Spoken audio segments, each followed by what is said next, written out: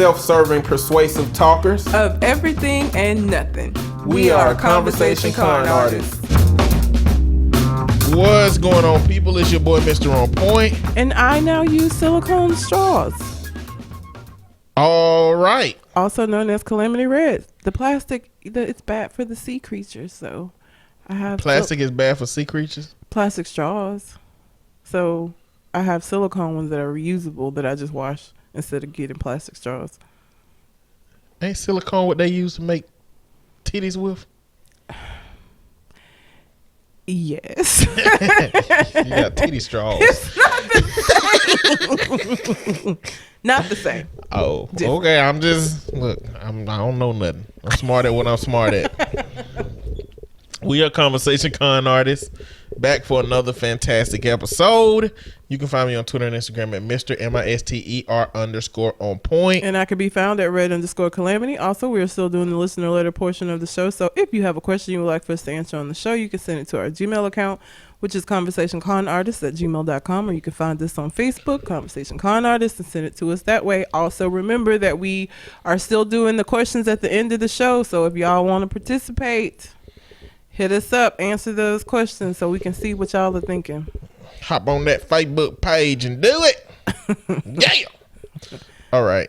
We got something from Colin. We did. And we got something from Michael. What's up, gentlemen? Colin's letter. What's good, y'all? Okay, two things right out the gate about last week's show. One, the approach came in South Carolina. This is pertaining to the conversation about cuckold being approached by a man and a woman. The man's wife was extremely attractive, but the military can punish you for even being the third in a perceived cheating scenario. Ridiculous, in my opinion, to govern people's bedroom, particularly when the military has a very poorly kept secret amongst the ranks of several high-ranking officers and their husband or wives being swingers and heavily involved in swinging or other types of sex activities. Damn. In short, if they weren't married, I'd have done it. She was definitely the type of 40-something that I would holler at my own anyway. 2, fetishes / kink. LMAO. I don't think I don't have any kinks or fetishes. I guess if big breasts is a fetish, that's it. Laugh out loud. Or as Mr. On Point called it, titty meat. I'm with what y'all said. I just don't believe in shaming people for enjoying themselves. As long as nobody's being hurt or forced against their consent, people can do whatever they want. Let's get into these questions. I'm on a Facebook hiatus, so I'll answer these as some discussion material. Pet peeve, lack of organization and cleanliness or poor table manners. Personality trait, somewhat reckless in my behavior and self-destructive. I believe my childhood may have been a little sheltered, and therefore I wasn't exposed to the realities of life or allowed to indulge. Overindulgence is therefore that trait then, actually. I don't know. Best piece of advice, joy always returns.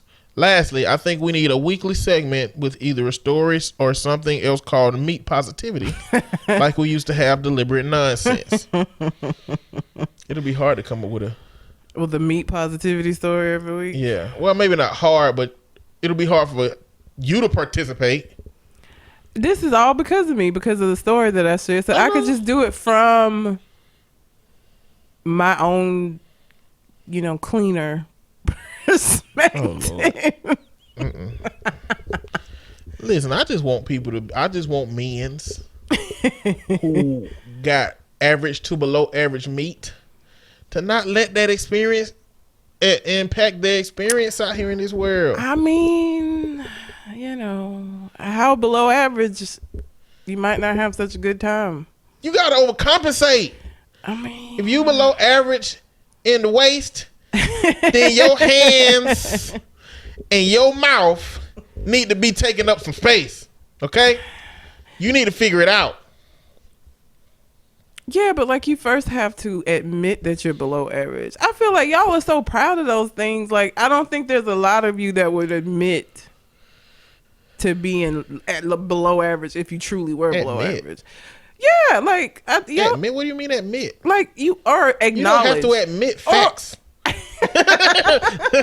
when you pull that thing out and she like, oh no. That's the story. The story's been told. It ain't a truth or a lie. It's just a. I mean, what but it is. I feel like there are a lot of men that would not. That's not gonna be their reality. Not their version of reality. In their version of reality, they being dingo out here. So like, y'all are super proud of those things. So I don't know. I think that's difficult. I think the only reason that the man that from my story even said that is because his wife had said something. Like apparently they had conversations where she wasn't happy because he was like, she's always had an issue with the size of my penis. Those were his exact words. So, which means she had to have said something to him at some point. But why that got to impact your confidence? I mean, it's a blow. I would feel like it's definitely a blow. It's a blow, but it's because she wasn't upfront, or maybe he don't have enough redeeming qualities. Well, she went and got maybe he had just enough redeeming qualities with the meat lackage for her to stay with him and say, you know what, we'll work this out. But once those redeeming qualities go away, oh, he done let himself go. Oh, he quit his job and now he get paid less. Now your meat is less attractive. And now she's having sex with strippers. I don't know, man. I don't know. This is a normal circumstance that I'm talking about. I don't think she goes from she don't like your meat to a stripper. No. That's a random guy. It is. That didn't take no time for her to consider this is what I'm finna do. Yeah, because it was. She seen meat flopping and just couldn't help herself. Meat flopping. I'm a little surprised, Colin, that you would have been a cuckold. I don't get that from you. Like, would you be a cuckold or not a cuckold? You would be the bull. Yeah. Yes. Would you be the bull in so a situation? Absolutely no to being a cuckold. Well, would you? Well, he said he wasn't being a cuckold either. He was the bull. So would you be a bull? I don't know. I guess it depends. I don't look like the dudes on the S curl boxes, okay? I'm not who the women are walking up to with their husband saying, "Hey, you want to get with me?" Like if a fine teacher at one of these schools came up to me, I'd be like, "Okay, so what's the deal? You just like big guys or what is it? Like is my personality? I know you know me. We talked before. Like what is it that makes you cuz I'm not the traditional attractive. I'm a big dude. I sweat. I'm hairy. You have to know all of these things. And if that's your kink, fine. But if all her criteria was met, I'd be like, okay, cool, let's do it. Outside of that, I feel like the women that will come up to me is Mrs. Doubtfire. Not Mrs. Doubtfire. Yeah, Mrs. Doubtfire looking ass teacher. Like, hey, I just wanted to. If some woman came up to me and asked me about sleeping with her husband, like, I wouldn't do that shit. Like, it wouldn't even take nothing for me to, like, immediately I would be like, bitch, bye. But like, you're a woman. What does that mean? What does you being a woman mean? Yes. What does that have to do with anything? It's because you can't look at a man and determine that you want to sleep with him. I mean, some women can, but for men, hands down, we do that shit without you even asking. 30 women in the mall. Oh, yep. Her. Like, we doing that shit all day. Women ain't doing that. I'm not saying there's not women who can look at a man and say, ooh, I like to. Yeah. And then women, I don't even know. I think women would just be okay with touching their muscles. And they'll be all right. Like, ooh, just touching the muscles. Ooh, yeah, just touching. Ooh, yeah, I'm good. You can go on. Probably. I mean, so like it's different. So for women, like, yeah, y'all not gonna look at that dude and be like, oh yeah. Mm-mm. But if she walk up to me and she fine, and a dude, I'm like, this a prank show? Where the cameras? Oh, we really want to do this, and we'll pay you. Really? You want to pay me? I don't give a hell yeah. I come clean your house. Shit. But some people pay for that. I guess. I mean, look, this is not the equivalent because I feel like, well, I don't know. There's a level. I don't know. It's not. I guess cuckolding isn't as disrespectful as ghetto gagging is. I mean, they're still using you like a. It's just having sex with somebody in the room. Yeah, but like it's race based, like ghetto gagging is. I wouldn't do that. Well, I mean, they got one of those for every race. They just use whatever. One of them is called Latina abuse, the Latina version of it. Latina abuse. That's so, like, let me not kink It's shame. for a specific kink, man. Yeah. Gagging is a kink. That some dudes like that. But you want to do it with somebody black so that you get something out of her being black and you're white. That's just fucking rude. I don't know if the dudes who do it like that or if they just found a particular genre of porn that people would watch. I don't know.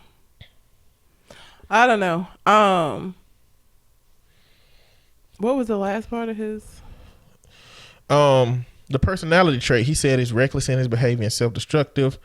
I believe my childhood may have been a little sheltered. That's why I be telling parents, you do not need to over shelter your child, because that is a real thing that happens. If you over shelter your child and they don't get to have any life experiences while they're in your house, they're gonna have all of them shits when they leave, and they not gonna know what the fuck to do.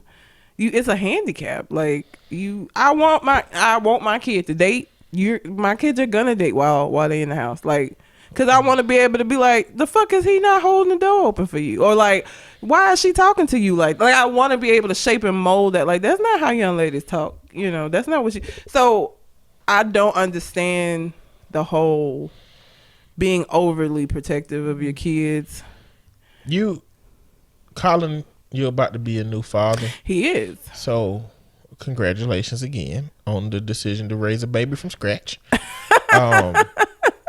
But what you want to do is allow life to happen to your child and you do damage control. Basically. If you cover their eyes from things you don't want them to experience, they gonna learn that shit from somewhere. They gonna learn it from them kids at school. And the kids at school are stupid. They very stupid. They don't know nothing. Your kid's stupid too at that point. Yeah, at that point. They stupid enough to believe other stupid kids. Yes.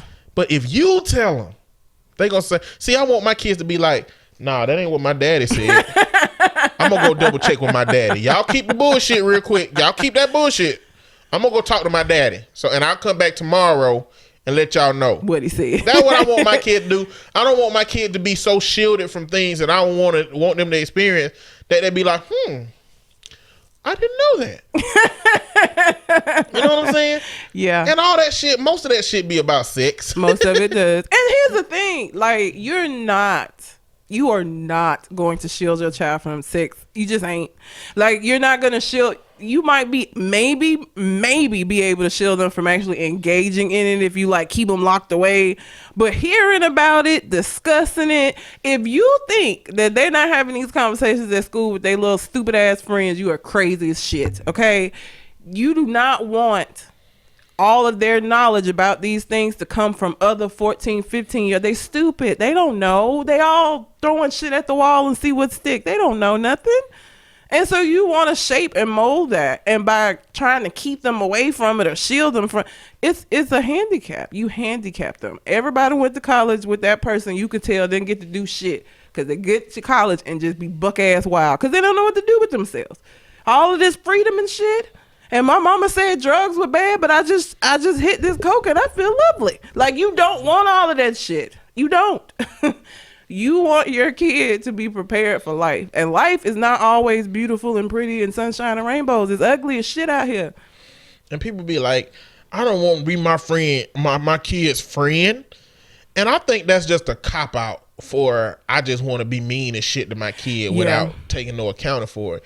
It's possible you don't want to be your kid's friend. No. That shouldn't even be a term that is used in the context of the relationship you build with your child. Because you short yourself. I don't want to be a friendship and the parent-child relationship completely different. Should be completely different. You should be striving for something much greater than being your child's friend. The part of your child that your friend, the part of your child that their friends have that you want is their ability to trust and confide in you and believe that you have their best interest at heart and the best input for whatever they're going through. That's the part that you want. But you can do that while being a firm parent. Yep. It just takes work. It's hard. It's balance. It's real easy to just be like, I ain't your friend. Fuck you. Or You be know, like, not- you could do whatever you want. Wait, that's fine. Yeah, that's cool. Both of those are easy. Finding that balance Yeah. is hard. And, you know, it's like you can't cover your child eyes from anything you don't want them to see. But you also can't put a damn murder on YouTube and be like, keep your eyes open. Spread them open. Look, see that murder? You see the motherfucking bleeding and spit goggling out of his mouth? This is life. Life is good. You ain't prepared for life until you watch this shit. You better not be covering your eyes.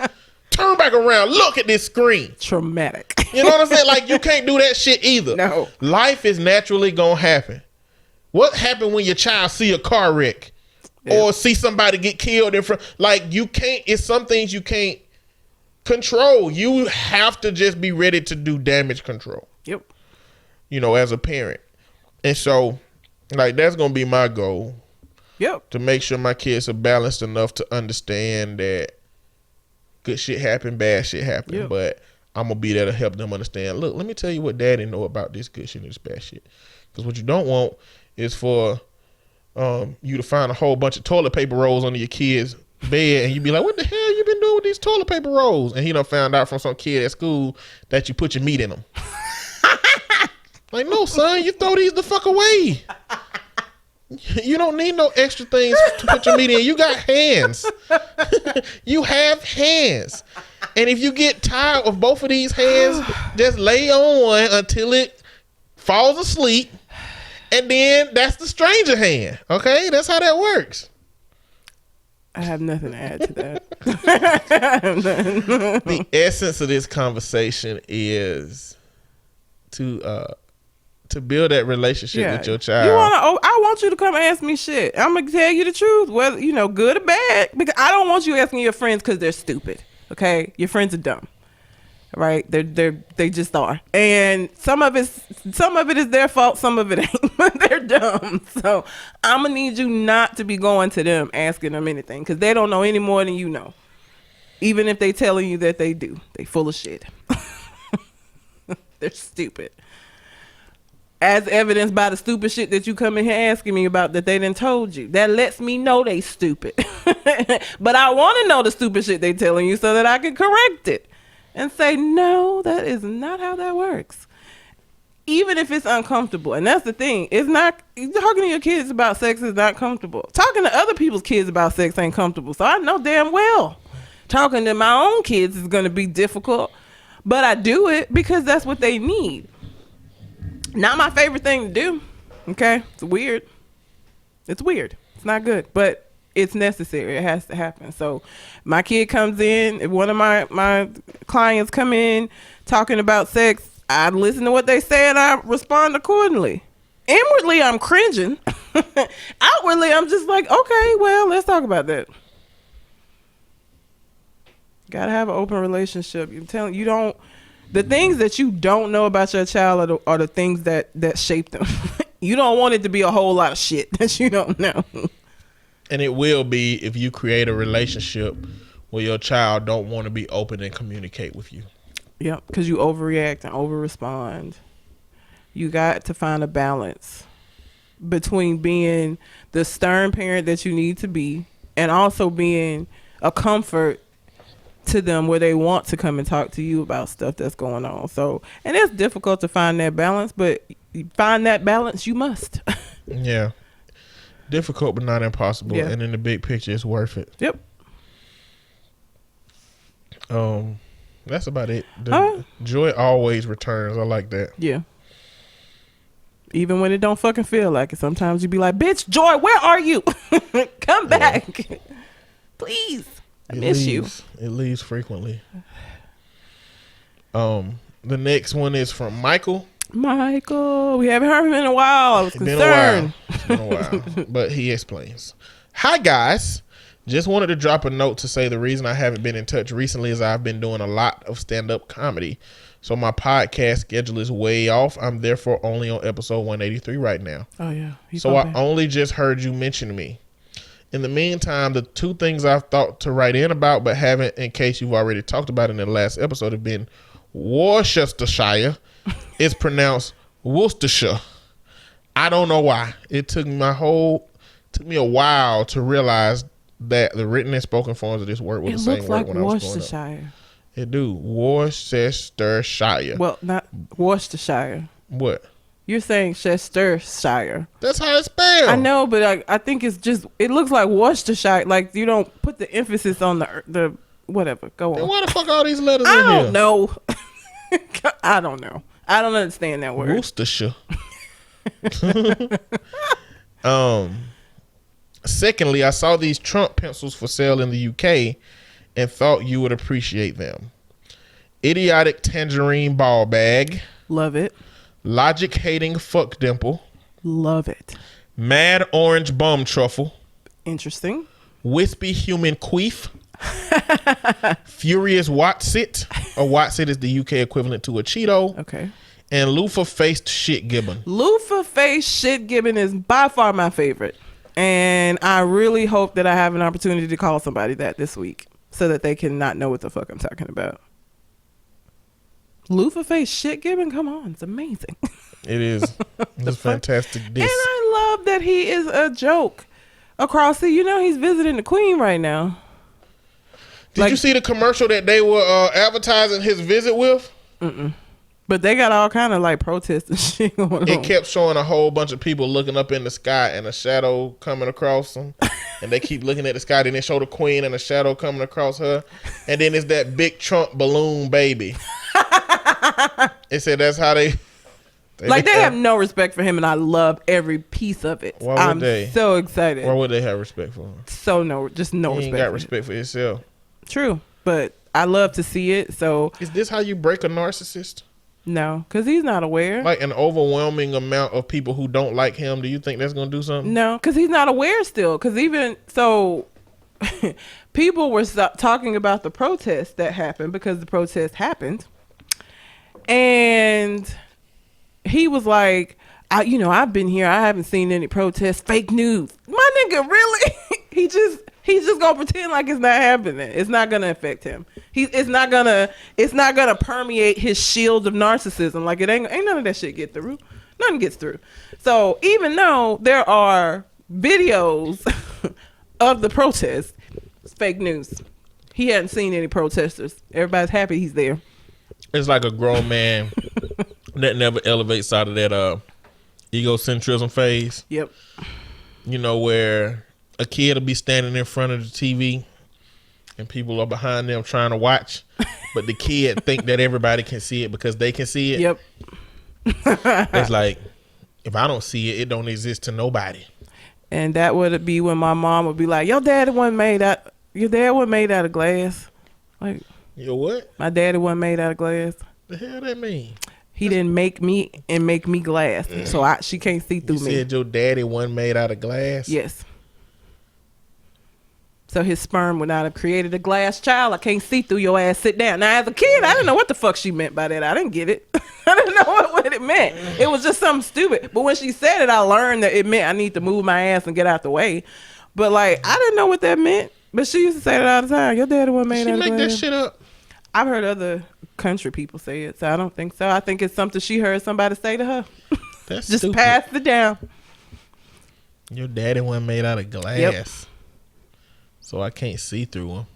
I can't see through you. Yes. He didn't make a glass baby. Even if he was made out of glass, she'd still be half human. I would be a human glass. So you probably still wouldn't be able to be see through. You have to have two glass parents to be able to be see through. I don't think there was logic to it, obviously. But that's what she used to say when we would be in front of the TV. Yep. When we would be in front of the TV and she couldn't see, your dad ain't made out of glass. And again, I didn't know what the fuck that meant, but I came to realize it meant I needed to move. Why wouldn't she say you ain't made out of glass? That just make less sense now. She said your daddy ain't made out of glass. Yeah. Okay.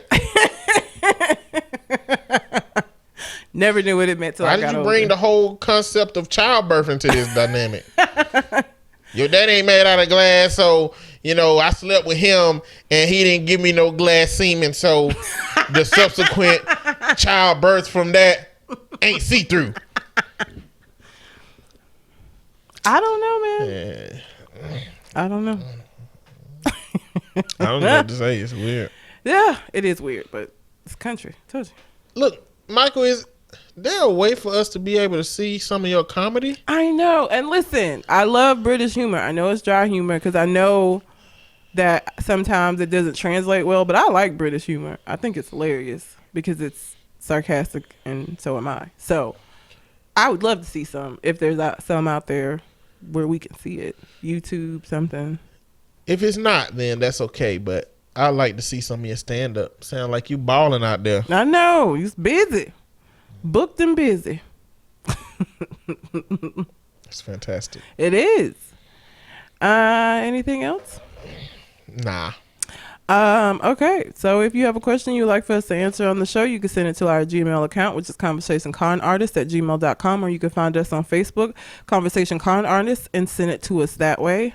I don't even have an interesting story this week as far as like my real life that could be meat positivity. Nothing happened. So I guess we'll just And all my good stories are protected by HIPAA. Sorry, everybody. So we'll just get started with these stories. But this is a story about sex gone horrifically wrong. Florida man acting up again. If y'all don't know who Florida man is, there are tons and tons and tons of story out of Florida that just start with Florida man or Florida woman. That's the thing too.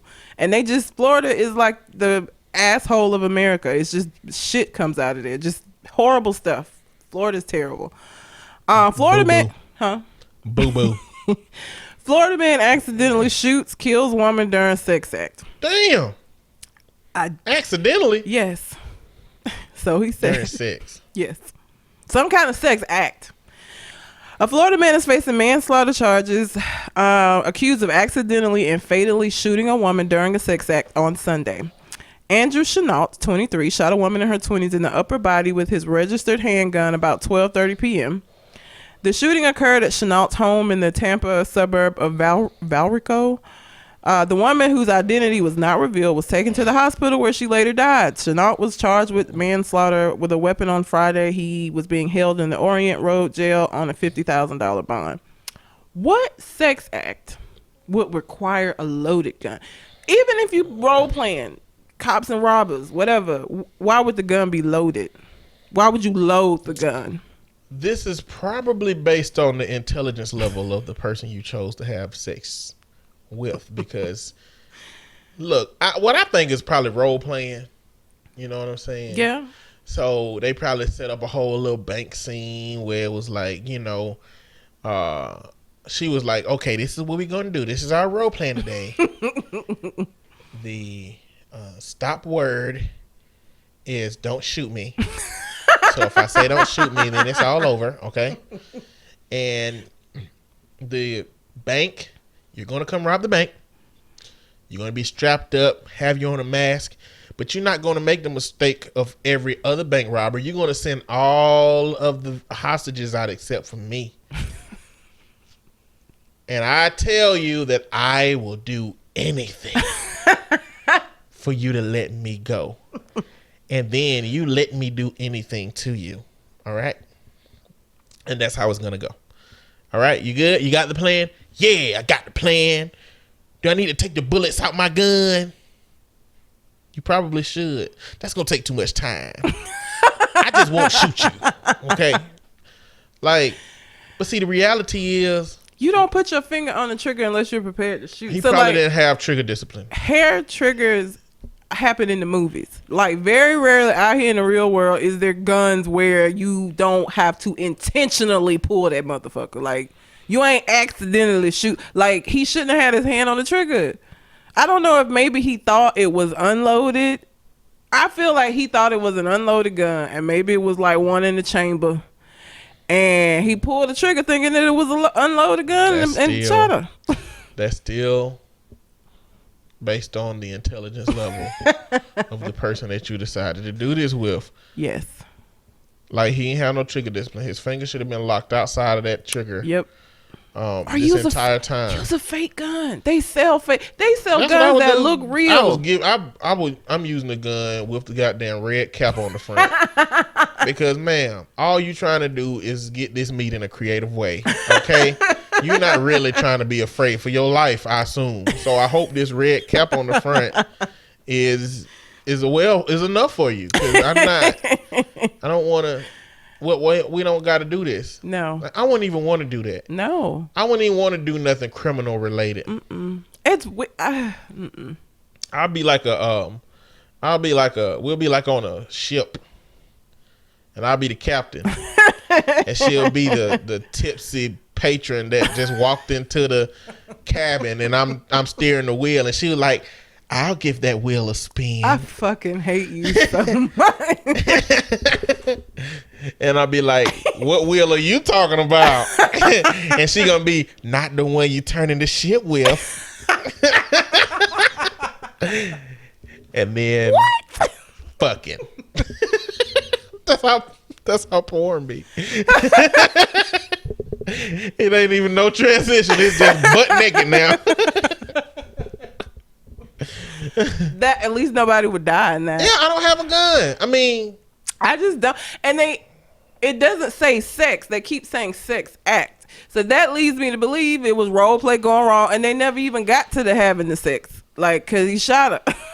So, because if it was having sex, they'd have just said, they keep saying sex act in all of the versions of this story that I've seen. So how would you get out of this as an accidental death? You don't. It's manslaughter because you negligent, man. Like, it's negligent. You should not have been carrying around a loaded gun or pulling the trigger on. Like, he's still gonna do time.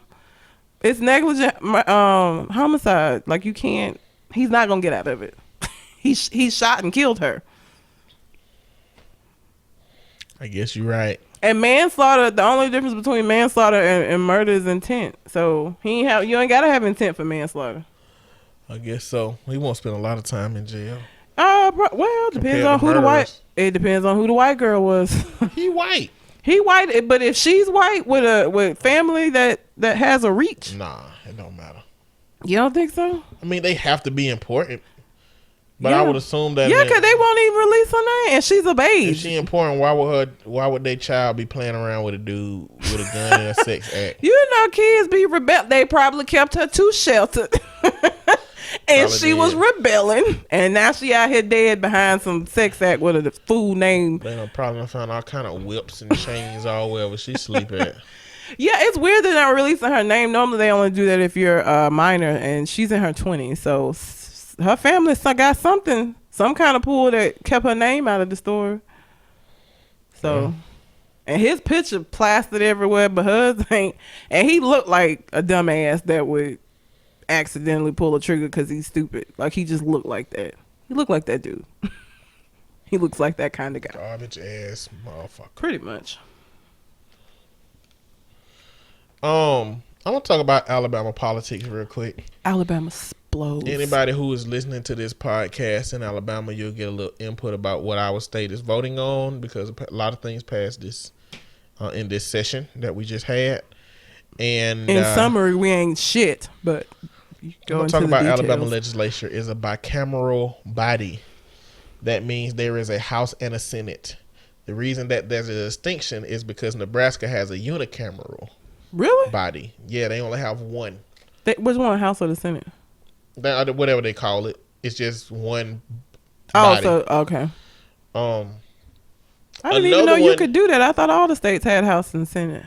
Alabama has a Republican state government trifecta, which is when one political party holds the governor's office. Yep. And majorities in both state legislative chambers. Yep. The House and Senate. Republicans hadn't had both of the chambers in Alabama since 1874. So when you hear some of this legislation, you're about to hear how much of it represents conservative ideals. It's ridiculous. The first one is a gas tax. And this is supposed to be to pay for the roads and how damaged the roads and stuff are. Get the fuck out of here. Now, this was first done in like early 2000s sometime, but Governor Bentley fucked the money up. Of course he did. And so now they raising taxes again. This is the party they be talking about when you raising no taxes. But starting on September 1st, it's going to increase 6 cents. Prius. Yeah, you good. And then for the next 2 years, it's gonna go up 2 cents per year to put it at 10-cent tax. Prius. Abortion ban. You already know about the abortion ban. Fuck those guys. 3rd grade reading. A new initiative to test children out of 3rd grade by passing a reading test. It's been implemented. Now, there's a whole bunch of other measures that's going to help make sure the kids reach that benchmark. But let me just be honest. We are fucking 49th or 50th in education. That ain't the motherfucking moment. Oh. That ain't the moment where we fucked up at. I don't think. Testing them out of 3rd grade. What? Now, don't get me wrong. Evidence does show that 3rd grade is that grade that determines whether you're going to be successful in terms of being able to read. Alabama's educational system needs an entire fucking overhaul. It does not need legislation passed that's going to allow 3rd graders to be tested. Yeah, it definitely don't need fucking bits and pieces legislation. They're like, oh, we're 49th. Let's go with the 3rd graders. Let's fix them. That'll put us at 26. Man, shut the fuck up. That ain't right. That ain't true. No, it's not. State school board. So, next year we're going to decide whether we want to abolish the elected state school board and replace it with a 9-member commission. And members will be appointed by the governor. Hell the fuck no. And confirmed by the Senate. No. Hell no. No. It will politicize. Jesus Christ. Pay raises for teachers. Teachers and other public school employees will receive a 4% pay raise. Let's talk about how much 4% is. Woohoo. Baller. You make $41,000 a year roughly. 10% of that is $4,000. Half of that is $2,000. So like 4% is like $1,500. Yeah, probably a little bit more than $1,500. Spread that out across the year. After taxes, you might have got $60 extra. I mean, wow. Come on. But they also disrespectful. State employees will also get a 2% raise. Yeah, I know, disrespectful. It's disrespectful. Parole board overhaul.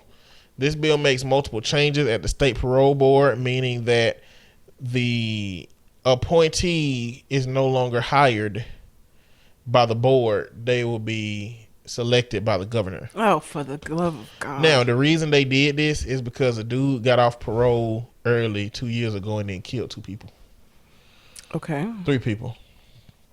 I mean, so they made this wide sweeping legislation based off of one. That's unfortunate, happening. But that's not enough to justify this shit. Not enough at all.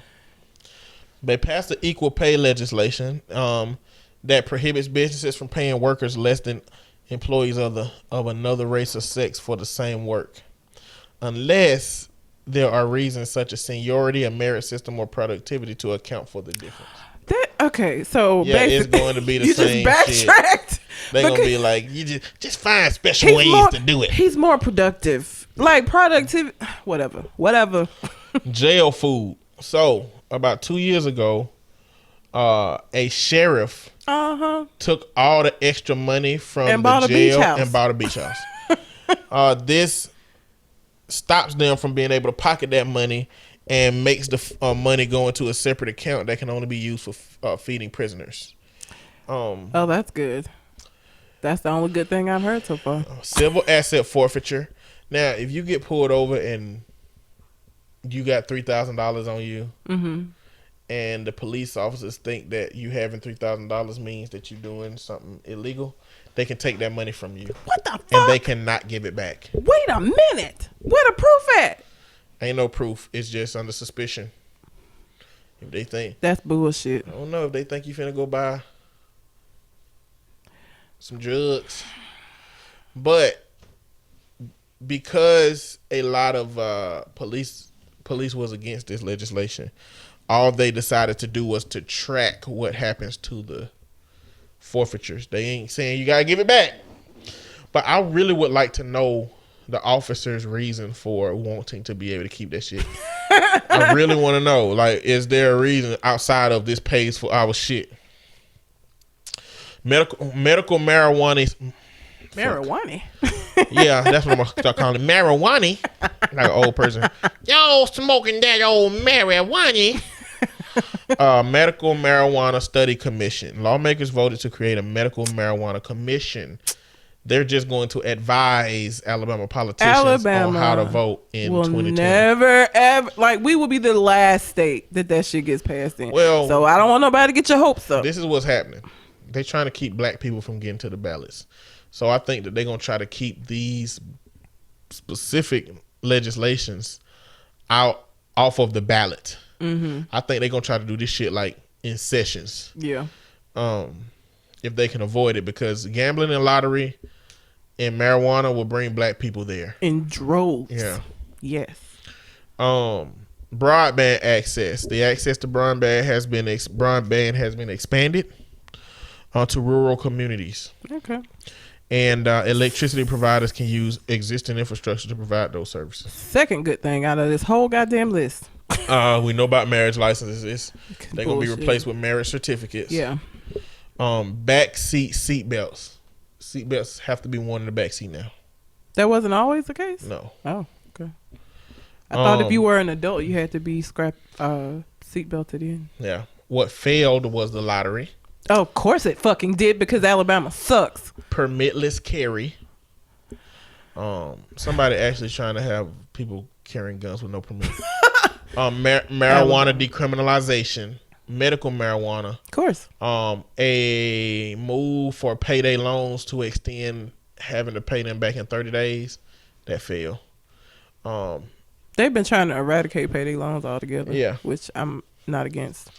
Yeah. Mandatory kindergarten. An ethics overhaul, which they really want to be able to receive gifts from lobbyists. Oh, okay. That lost. And then distracted driving. This would have forbidden motorists from holding cell phones and other devices while driving. Oh, okay. I thought you couldn't be on the phone and driving. You can. Oh. You know what? Evidence shows that states that have passed legislation that don't allow you to hold your phone don't stop people from holding their phones. They just hold it down low to where police officers can't see it.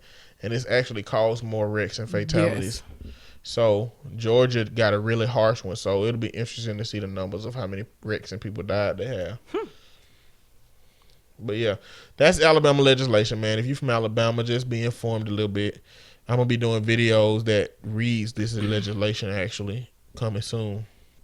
Because we need to be informed about what the fuck these politicians are trying to put in this legislation. Fuck them.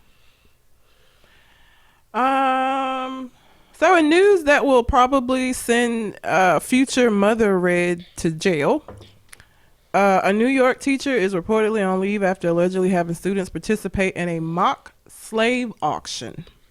Damn. A fourth grade teacher at North Elementary School has been placed on administrative leave. Administrative leave, not fired, after being accused of having white students bid on black classmates during a mock slave auction. The mother of one of the students says the incident happened earlier this week and has had a horrible impact on her child, who was instructed to call the white student who won him master. Not only was he and another student put up for bid, but they were instructed to call the winning bidders by master. He no longer wants to go to school, and he has stated that he didn't want to be black anymore. When I tell you that I would go to the school and I would ask, please tell me he lying. Please tell me that he came home and made this shit up so I can go whoop his ass. Please tell me that that's the case, because if what comes out of your mouth is that you put your teacher on administrative leave because what my son told me was true, I'm finna go to jail. Ma'am, you're being aggressive. Am I being aggressive? Is that what you think this is? Ma'am. You don't think there's anything wrong with selling children? This was a history lesson, ma'am. This was not an attack on anybody's character or culture. Slavery is over. You did a mock auction and sold my son. The fuck are you talking about? We didn't really sell him, ma'am. That's it. There was no currency exchange. Don't condescend to me, okay? I know what a fucking mock auction means, okay? I'm very aware of what that means. But what I don't think you understand is that he's in the 4th grade. And he came home telling me he didn't want to come back to this school and that he no longer wants to be black because you fucking mock sold him, ma'am. There is no need for profanity. It's number 1. Oh, okay. And number 2, from your attitude, I can tell why your child would misperceive an educational opportunity as a personal attack and not want to continue coming to this school.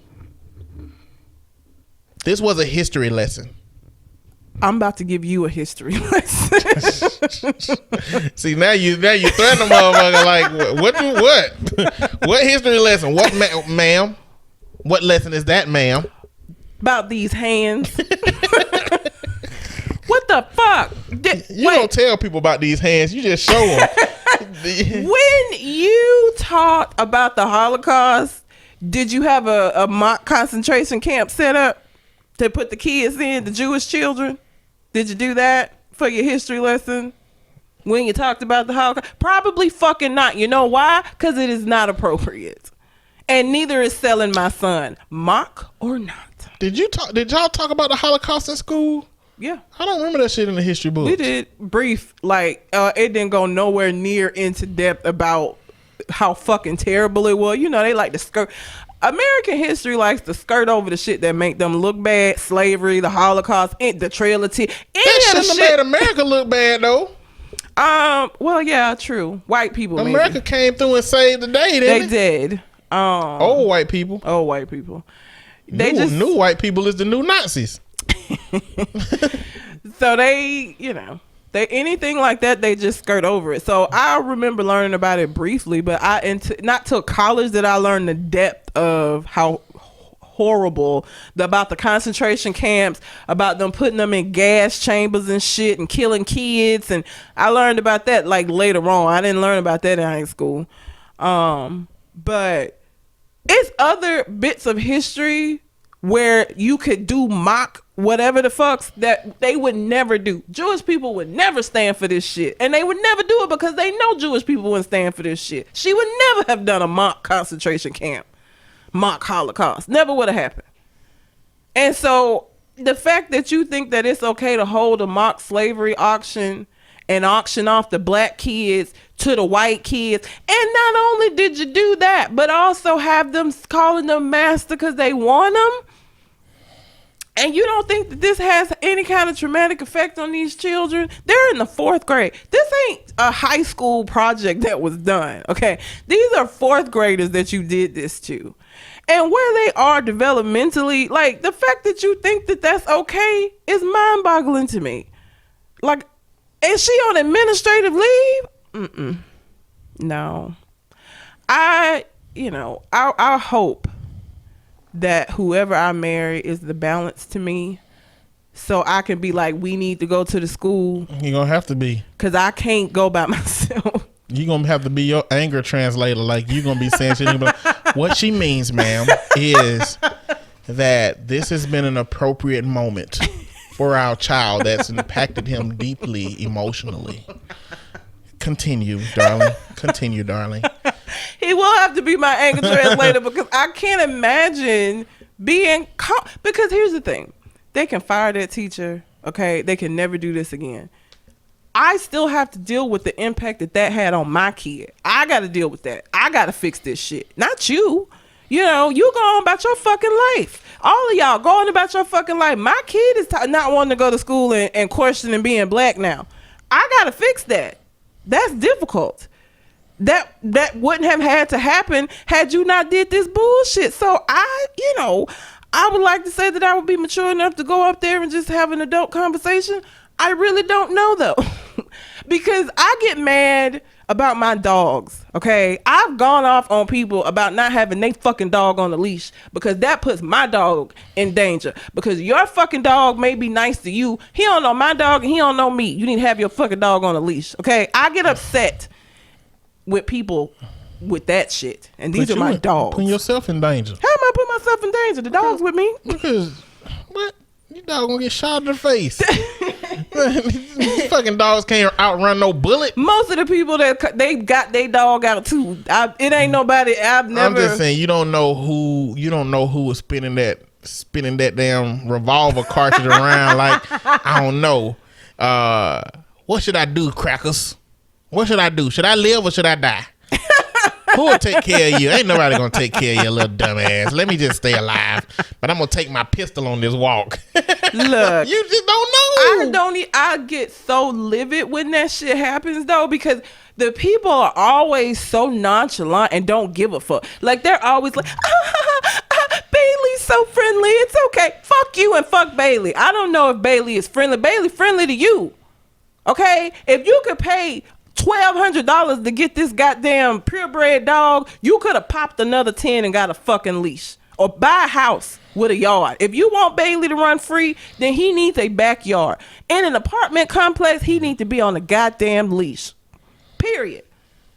I get that upset about my dogs. My kid coming home and telling me that they sold him at school? That they sold him? I don't give a shit if wasn't no money passed back and forth or not. I don't know how I would react. I really don't. I hope I never have to find out. It's not going to be pretty. It is not going to be pretty. Because that shit is... That's just crazy to me. Like... Why? And I know they're gonna probably do like diversity training. You have a story about diversity training that we'll be talking about today. But why does it have to be diversity training for you to know, as a white person, it's not good to mock sell black children to white children for a history lesson? Why somebody gotta tell you that's wrong? Why is that not common sense? Why Man, do you not look. know that that's in poor taste? Let me tell you something about me. I would have been in that bitch like, hey, pick me, Connor. Pick me. I can pick cotton better than all these other niggas up here. Jesus Christ. Pick me. Listen, man, I was not prepared for the world that we have by my mama. My mama was only concerned with saving our soul. That's it. Black shit, don't know nothing about it. I don't know nothing about no black shit. My mama was just like, all she knew is that everybody go to heaven. Everybody go to heaven. Like, look, ain't no race in heaven. So why we worrying about race down here? When the Lord comes, she never said this, but I have to assume that these are what things she thought about when it came to teaching me. So my grandparents were teachers. Mm-hmm. So my uncles and aunts all integrated to the white school first, and they had a bunch of white friends. None of them talk about that race shit, because when they were at that point in time, they did find people that embraced them with their whiteness, because they were put in a position to be embraced versus being amidst blackness, and that white people find moments to fuck with you when you black. You still, black people didn't really get an opportunity to see humanity of white people back then until you were forced to be in a situation where you see there's some good ones and some bad ones. But it's like that when you're at the black school, it's good ones and some bad ones. My parents both experienced racism, so like we learned about black shit. Like, a white boy cut my hair on the school bus, my brothers whooped his ass. And my mom didn't even get... You done told that story, but you didn't tell me they whooped his ass. They did. I mean, whooped his ass as much as you can on a school bus where the bus driver gonna break it up. But they jumped on him. My mama they didn't even get in trouble. She was like, okay, take up for your sister. My situation was that when I was in elementary school, we had a music teacher by the name of Miss Vincent. I'll never forget her. 'Cause she had a daughter that was pretty, with glasses. Okay. And I don't know, I had a thing for girls with glasses back then. I don't know what the fuck I thought they was, like half robots or some shit. Oh, Jesus. You got glasses, hell yeah. Now I know that it means that your eyes are faulty. So your eyes are compromised. But she wrote me a letter once, and the daughter wrote me a note one time. I don't know why the fuck. I ain't never talked to her, had no conversation with her before. She wrote me a note, She took the time out of her day in her class somewhere to write me a note, pulled it out her pocket, and gave it to me. And it said, Eddie, Betty, Bo Betty, Banana Fanta, 450. What the I don't fucking know. Kids shit. Kids do stupid shit all the time. And we were in chorus. That's her mama chorus. And the song that she chose for us to do for whatever recital was called Dixie. Dixie. I wish I was in Dixie, hurrah, hurrah. In Dixieland, I'll take my stand to live and die in Dixie. This song was about a white man's perspective of a black man and how he felt about being a slave. That's what the song was about. I didn't know that shit. I'm back there in that bitch learning the hell out this song. Disrespectful. In Dixieland, I'll take my stand and live and die. Whatever. Y'all can't see her Millie rocking. Whatever the early 90s version of Millie rocking was, I was doing that shit back then. It wasn't a butterfly yet. It wasn't a butterfly. I don't know what would it have been. That Tootsie Roll. Butterfly. Yeah. Butterfly. That's old. Let me see that Tootsie Roll. Yeah. Okay. Okay. So I was whatever. And then as the days moved on, as we learning this song, I noticed my friends sitting out on the side. Cause they parents was like, you ain't finna get up there and sing no goddamn Dixie. But see, that was my mama's problem. She wasn't connected to the other parents. My mama was either in church or at work. And the only reason they knew my mama was because she worked at Walmart. But like nobody would ever call my mama and say, you know, they got them kids singing Dixie at that damn school, don't you? But I imagine that's what all the other parents did, because every other day a new person to be sent out until I'm the last coon up there singing Dixie. And she just tell me to sit out with my friends. I don't even know why. My mama ain't prepared me for this part of life.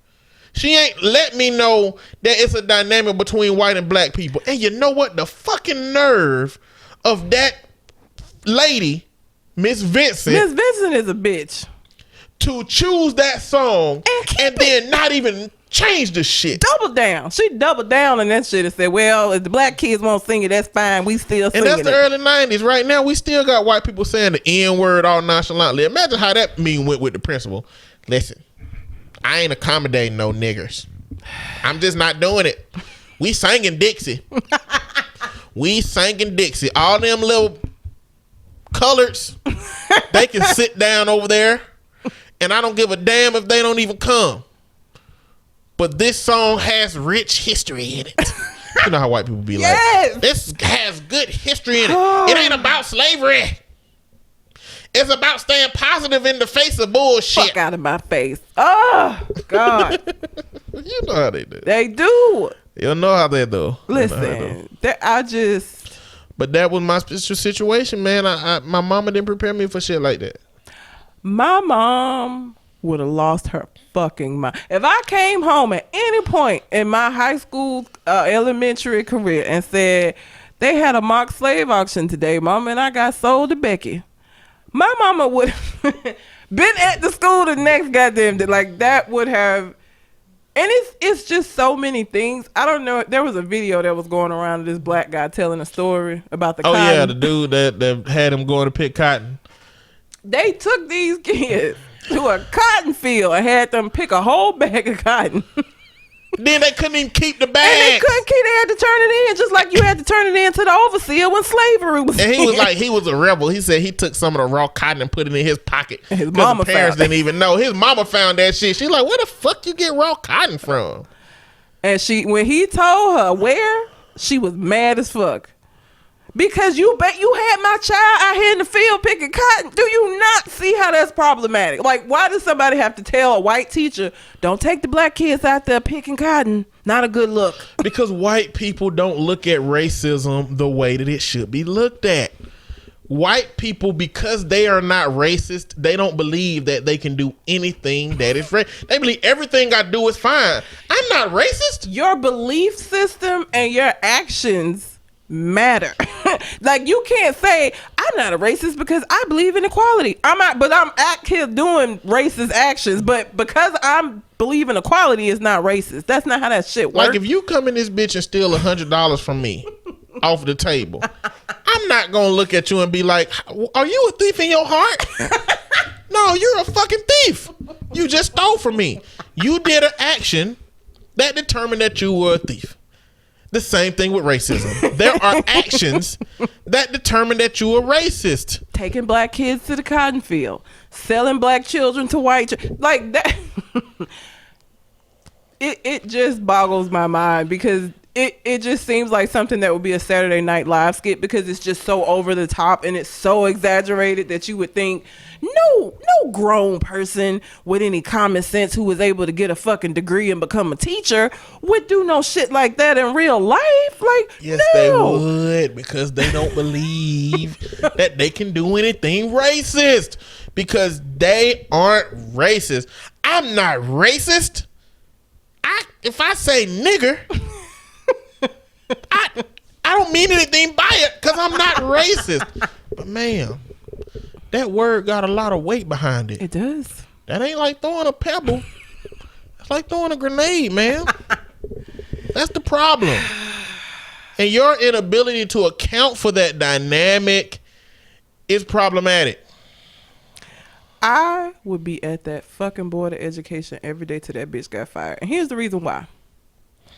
Because the way that the school systems are set up in America, for anybody listening that is not from here, you go to school depending on where you live unless your parents have the money to pay for a private school. Do you know what funds the schools in most districts? What? Property taxes.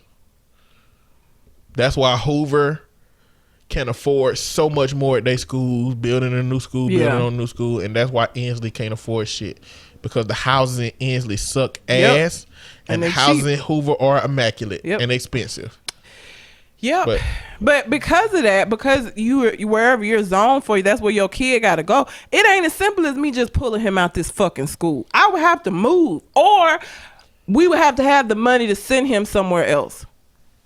He not going nowhere. That bitch is leaving. So I would be up there showing my ass, my professional ass. It would be a little less than what I did at the school. But until they fired her, because again, I can't pull my kid out of the school. Okay, he's zoned for here. This is where he gotta go. And I'm not paying for a private school because you got a racist ass teacher that sold my child. So she got to go. She likes selling shit. She can get out here and sell some ass. Pay your bills that way. Okay, but no. Not gonna happen. I would be up there every fucking day. Like, y'all gonna fire this bitch. She's got to go. Because, again, I gotta deal with the ramifications of her actions, not her. I gotta deal with that impact that had on my child. I gotta do that now. So you gonna get fired. Or y'all gonna get tired of seeing my fucking face and this red hair every damn week. Till some shit happens. White people. I saw that shit and my blood pressure just, I know, I'm hoping, I really, really hope that if I'm able to have kids, by the time I have kids, some of this is settled. But the way that I act about my dogs, I don't know. Don't you dare motherfucker let your dog get over here. I put a nigga out my house for mistreating my dog. Like, I put his like, bye. He live here. You don't live here. You pushed him off the couch. He lives here. You don't. The fuck out. He pushed the dog off the couch. He pushed Kingston off the couch. Fuck, what you do that for? Because it was Tarvis and he an asshole. Oh, and he didn't think I would. He was like, are you serious? Yep. Bye. Leave. Oh, shit. Damn. I can't believe you gonna put me out over this. I can't believe you put your fucking hands on my dog. You know, Patrice O'Neal in one of his stand-ups talked about how bad black people get such a bad rap for animals. He said he fucking love animals, man. He can't stand seeing people do bad shit to animals. He said, but white people think when you see TV commercial that ask about puppies, and he be like, yeah, fuck puppies. I hate fucking puppies. I drown a puppy right now. Bring me a bucket with some water in it. I drown a little puppy. Like, make black folk just look like we just... Michael Vick fucked us up with them dogs, man. He, Yeah. I don't approve of how long they making him suffer for shit when he already paid whatever dues that they assessed. But man, He did. He fucked us all up. he fucked us up. Because I'll fuck you up about my dogs. Or if I see somebody mistreated, like I don't like to see animals mistreated. I just don't, because it's unnecessary. You psychopath. The fuck is you out here messing with these animals for? Like, it's unnecessary. But them two at my house specifically, fuck with them if you want to. And again, this just leads me to believe that I don't need nothing like a mock auction to happen if I ever have a child that came from my loins, that is of me. I just don't know. I don't know. I don't know what's going to happen. Nothing good, probably. Guess we'll see. So my next story is about Lena Waithe. Lena Waithe. She's such a hard-looking woman. I like how she looked. She looks like a dude. I mean, I like how she looked in Ready Player One. Okay. Oh yeah. Because she looked like a Magic Johnson offspring everywhere else that I see it. Oh, she looked like the son he wish he had. He almost got her. Ooh. Magic Johnson? Yeah. Shit, his damn son is. They both might well be on the same level. No, because I'm saying she's the son he wish he had, because she's just more masculine than what's his name? No, I don't know. Name? Can't think of his name, but yeah, she's the son he wish he had instead of what he got out here wearing tutus. She do take some rough pictures. She do, but she was in Ready Player One. If y'all ain't seen Ready Player One, amazing movie. It's a really really good movie. If you like 90s shit, if you like there's a ton of it in there. If you like pop culture references, check out Ready Player One. It's a good movie. Now this story is about Jason Mitchell and the show on Showtime, The Chi. Yes. I don't know if any of y'all seen that, but Lena Waithe is the creator and executive producer. Jason Mitchell was on set sexually harassing the women on set, and apparently this was something that was well known, and Lena knew about it, and the problem didn't get resolved. But about a week ago, he got fired. He got fired from the show, and then he got fired from another Netflix movie he was doing called Desperados. And he didn't get fired from Desperados because he got fired from this one. They pretty much confirmed that as soon as he got to the Desperados set, he was going like that at the women. My nigga. Like, first of all, The Chi, I don't know how popular of it. Like, it's no excuse. He shouldn't be doing it anyway. But you ain't even at the level for you to have this egocentric thing where you feel like you could just have any woman you want to, and all the bitches want you. Like, my nigga, no. You doing this on both sets? You starting. You don't want a career. The fuck is wrong with you? Jesus. I don't know, man, but his gremlin looking ass, this man looked like a damn gremlin. Yes. The scary one, not Gizmo. Gizmo was cute. I ain't never even seen that. You never seen Gremlins? No, but you know, we in the fucking time of the memes. Yeah, so I seen a meme of them. Yeah. But I ain't watched no scary shit. They couldn't get wet, and they couldn't eat after midnight, or they turned into the scary one. Gizmo was the little cute fuzzy one that was adorable. So he looked like one of that somebody fed his ass after midnight. It's one of them basketball players at AUM they used to call Gizmo. The one that had a baby with Tasha. Doss. Yeah, him. They called Doss Gizmo. Yeah, they called his ass Gizmo. I don't know why. Does he look like Gizmo? I can see it in the face. I can see it. Doss had a Gizmo-like face. I can see it. Yeah, I never seen that shit, but I know what a gremlin looked like. And now he looked like a gremlin. He got old shit eating Kool-Aid smile, evil grin looking motherfucker. Like the gremlin. Out here sexually harassing women. Probably think he the shit. Got this show. Women owe me something. But he was the front runner of the show in a relationship with the other front runner, and it probably turned into one of them Martin Gina situations where she just got so overtly uncomfortable. But the reality is, Martin, the show, actually, the context of the show played to misogyny and sexism. It did. He was an asshole. He was like legitimately. It was toxic masculinity at its finest. all of it. Like he knew he want. Like there's this scene in the Martin show where he be talking greasy about her on the radio, and she get mad. She done fucking had it up to here, and they in the room talking. She was like, "You can't talk to me like this," and she was like, "But I ain't say nothing." And she said, "No, this is over." And he was like, "Well, step then, step. I don't need this shit in my life. I ain't do nothing wrong. I'm a man. You can go. Get to stepping."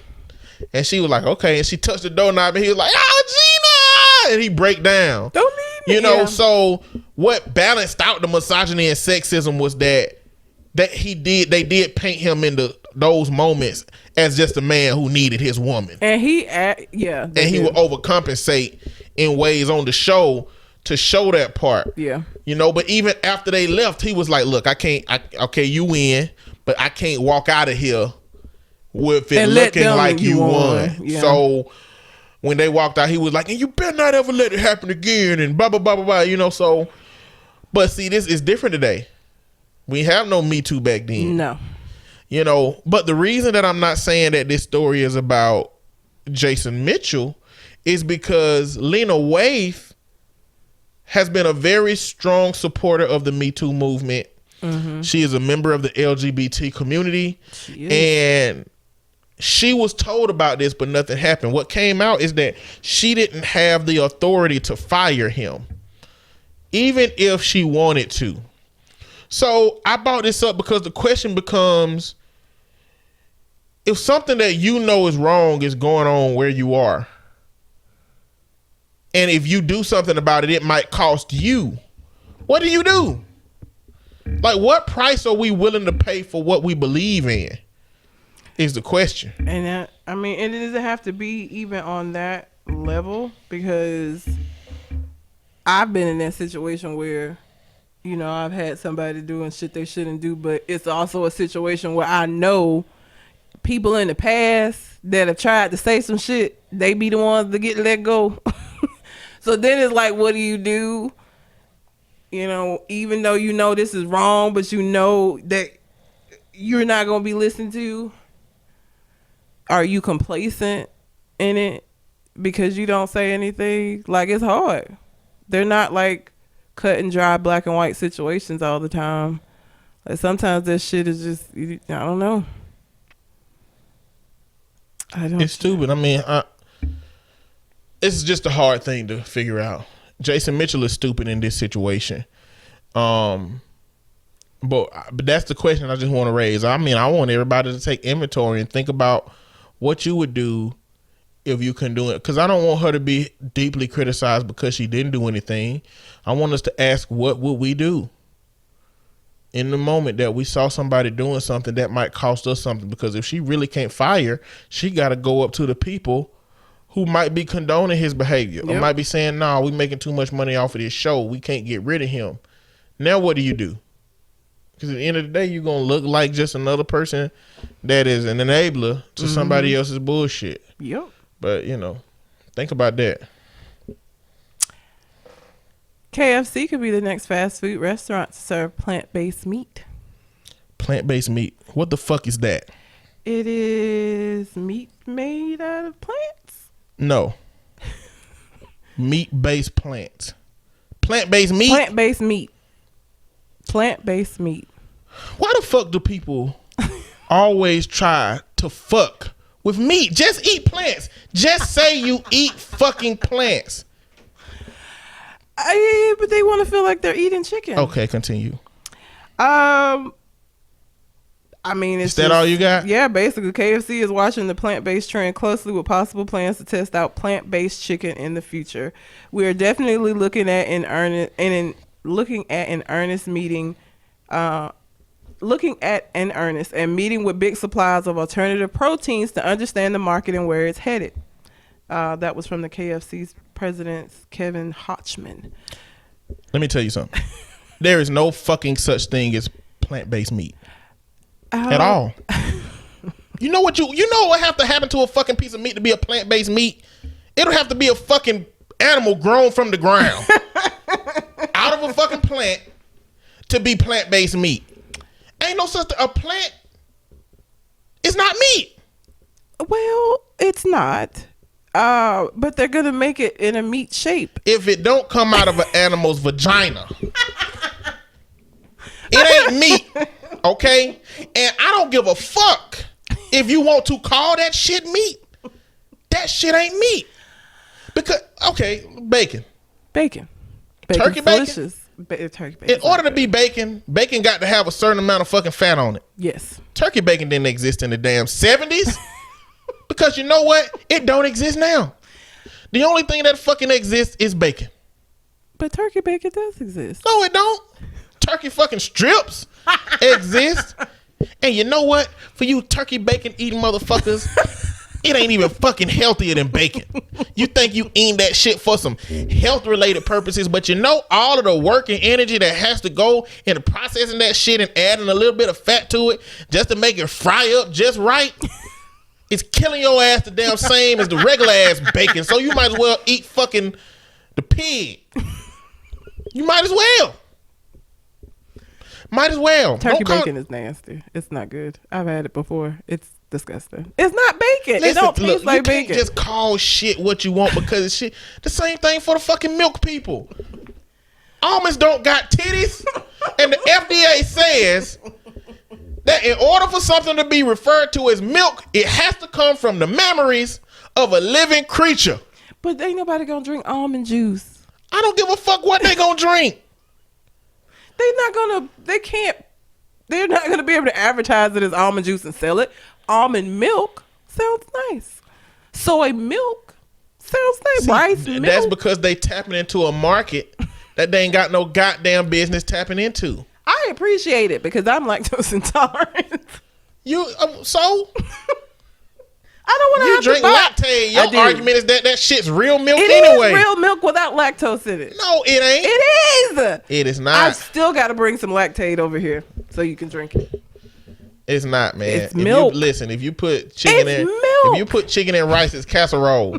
If you don't put chicken in it, it's just fucking rice. Okay? It's milk without lactose. No, it's not milk. It's just fucking. It's fucked up. Okay. But you can't call shit what you want. You can't call this shit plant-based. Fucking KFC. Yeah.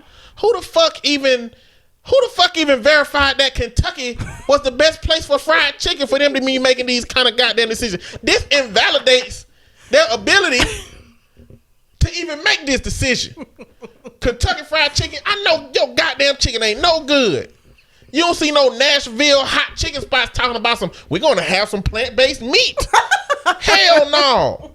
I don't know nobody from Kentucky that can goddamn throw down on no fried chicken. Nashville hot chicken is delicious. It is. And KFC, at best, it'll do. It'll do. Yeah, it's not where you gonna go if you want some good chicken. Exactly.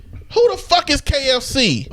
With that old slave master ass looking ass boy on the front. Is he a colonel? He's a colonel. Is he a military colonel? When the fuck did they dress like that? I don't. When the fuck did they dress? Maybe his name is Colonel. What the fuck kind of name is Colonel? White people name do stupid. I don't know. Colonel don't even got a fucking R in it. It doesn't. Why do we say it why we ain't saying colonel? It's just another one of those English words that don't make no damn sense. So either he a dumbass colonel in the military that's dressed stupid, probably got kicked out, or his name is a dumbass name that ain't even pronounced properly for being named that shit. Like, why we calling you Colonel, bruh? I'm calling you Colonel. That's what your shit say. And we let this motherfucker tell us we finna have some plant-based meat. Yeah. There's, plant-based meats already exist. No, there is no such thing as plant-based meat. There is fucking plants, and there is fucking meat. There's Boca and what is it? The Beyond Burger and all I know all of this because of Cole Jackson. Beyond Reasoning. Fuck are you calling a burger for? Wouldn't it just be easier to say I'm on a plant-based diet? I'm telling you right now. If you say we having breakfast at my house and we having bacon and it's turkey bacon, I'm flipping all that shit over. I'm letting you know right now.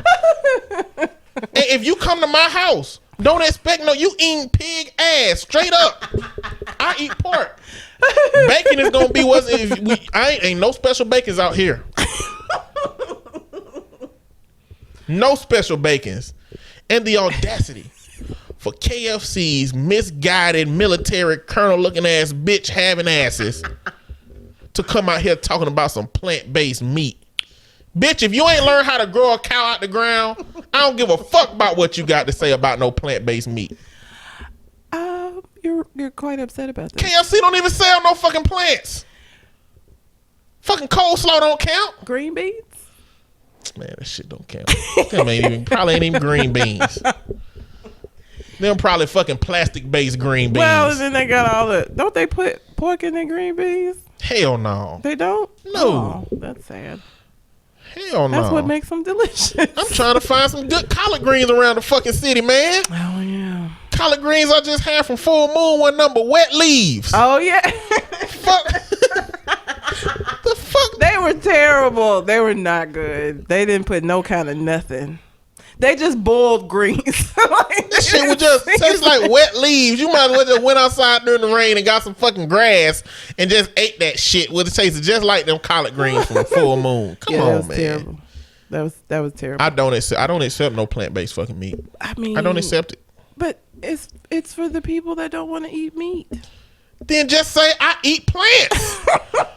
Why do people who don't eat meat gotta be so deeply comforted by the idea that they're eating meat that you name shit that ain't meat?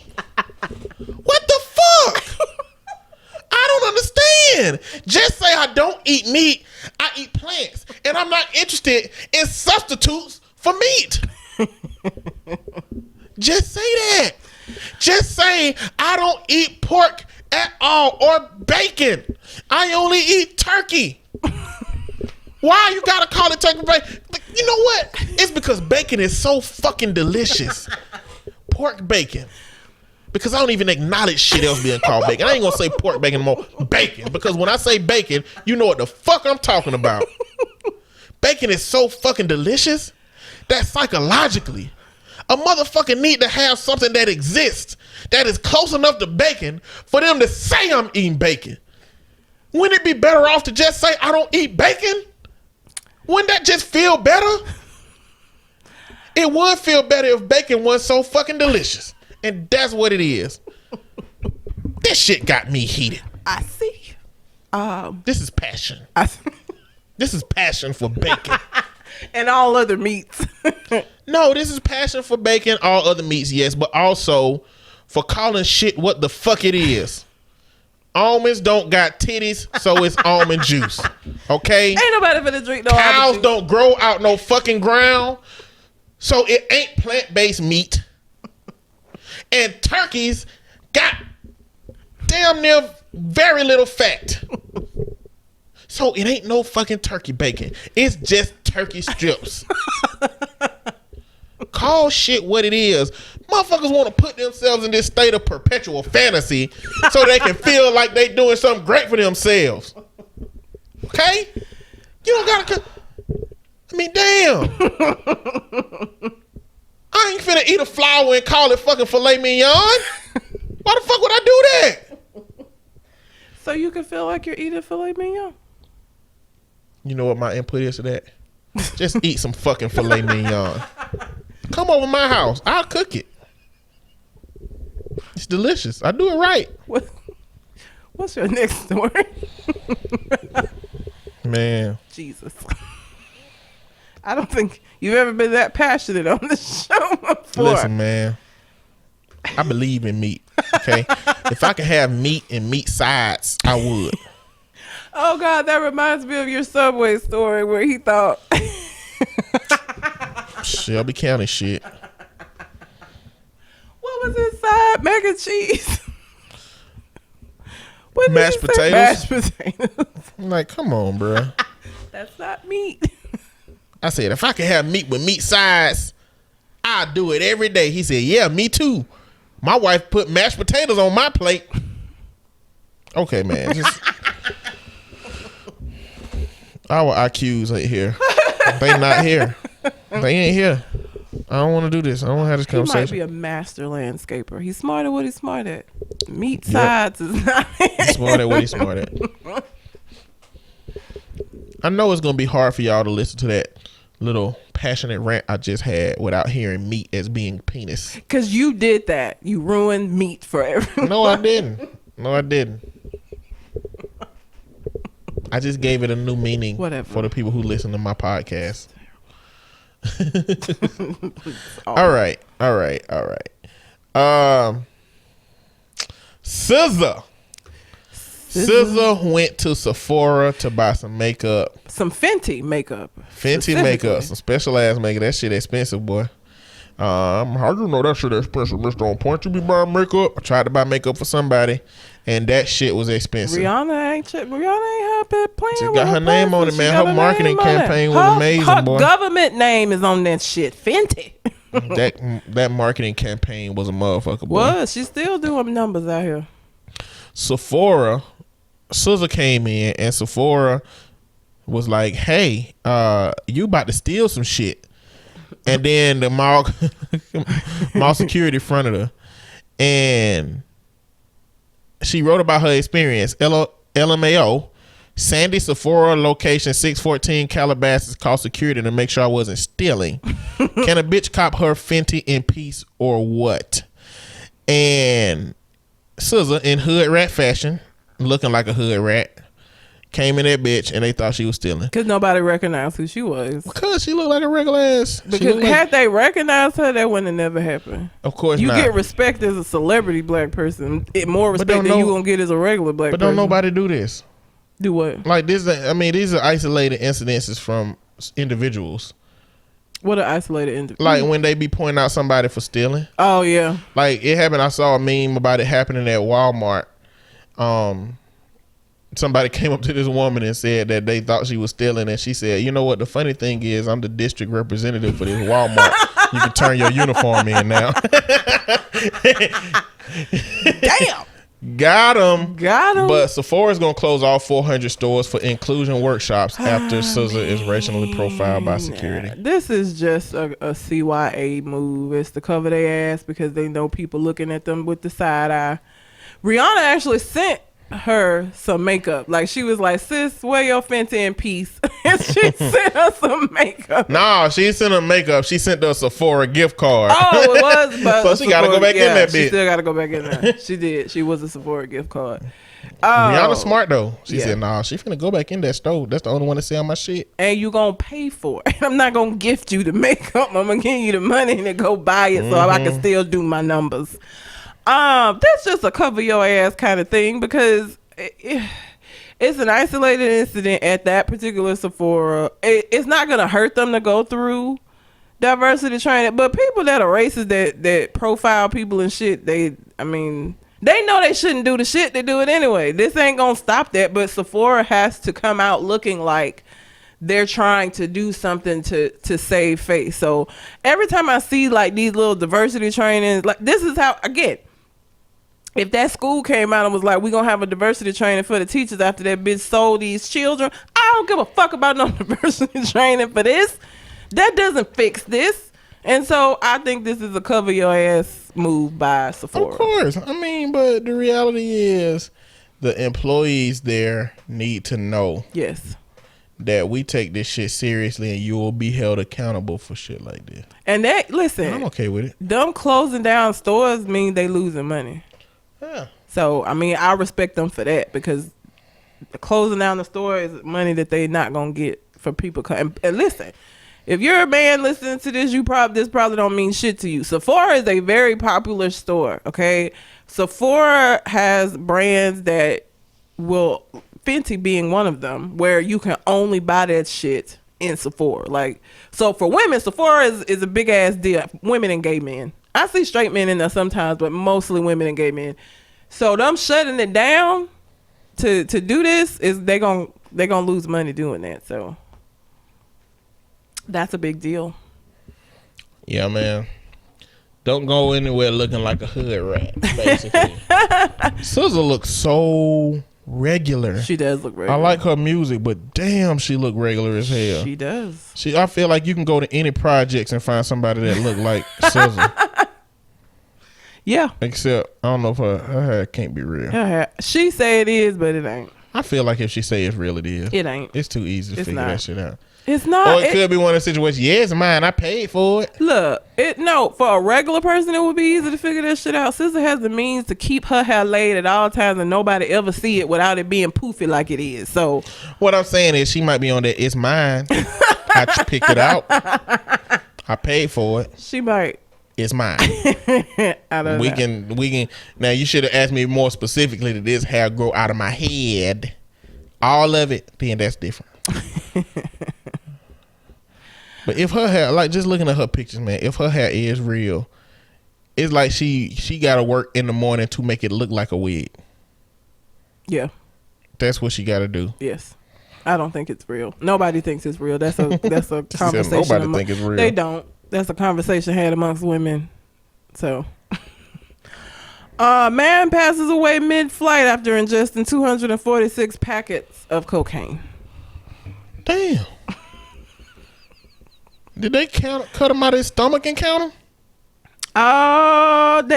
He died, so they did an autopsy. So yeah, I guess so. They cut you open when they do the autopsy. So yeah. That what's the name of the role that do autopsies? Coroner. Mm-hmm. I bet he hit the jackpot. Oh yeah. They probably already had a clue that he had overdosed. They did, but they didn't know how. So he did not eat 246, but like he didn't, like he was doing drugs and just did too much. So for y'all who don't watch ID channel and A&E, okay, there is a show called Locked Up Abroad. Basically, did they lock up a woman? They they have sometimes. We locked up abroad. Abroad is in overseas. Sorry, I couldn't help it. So people, the whole show is like people who like try to be drug mules and get caught. Okay, so when you trying to smuggle drugs and fly, you got two ways of doing that. You can either strap it to your body in some kind of way. Now the problem with that is that if TSA finds you to be suspicious, they're gonna strip search you and they're gonna find that shit. Okay. Other way is to ingest it while it's in balloons or in packets. This is the same way that people get drugs into the jail system.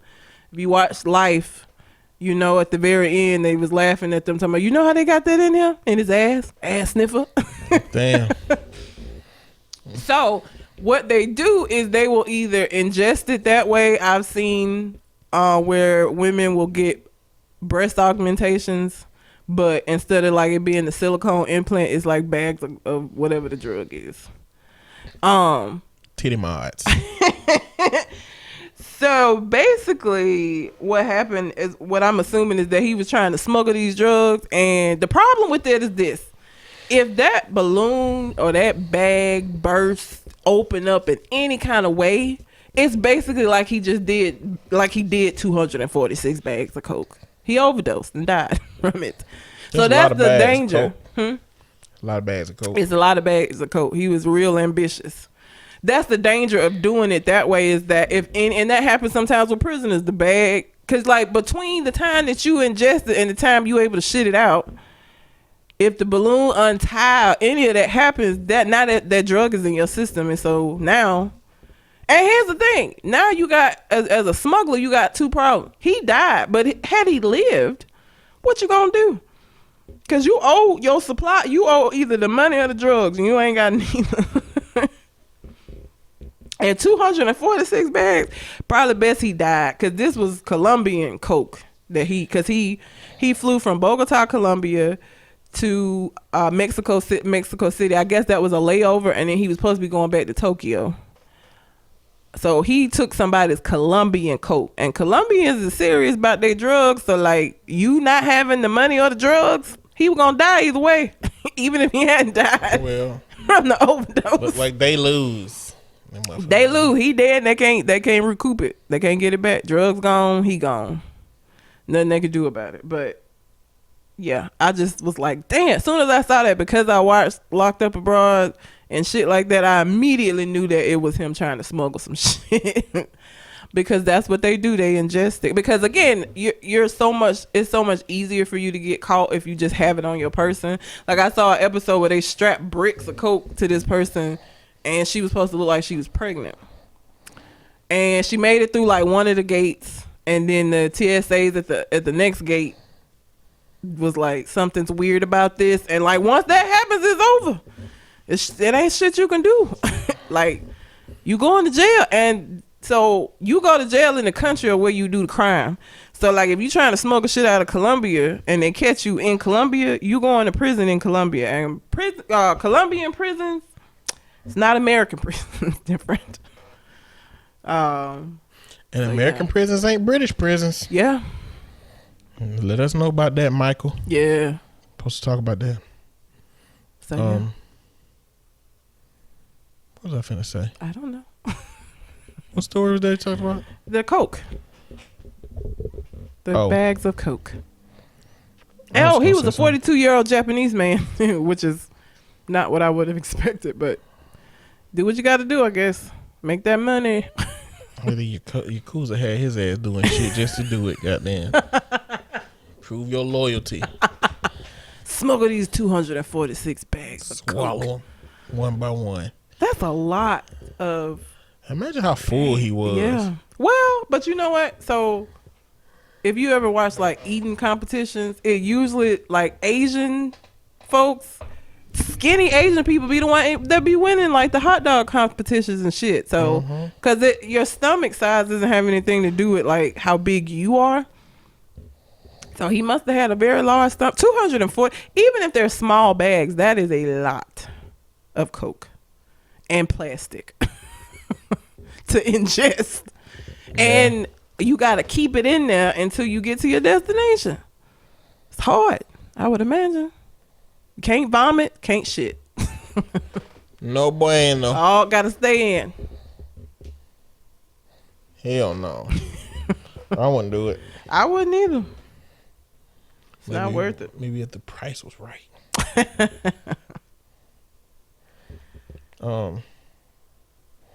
What's next?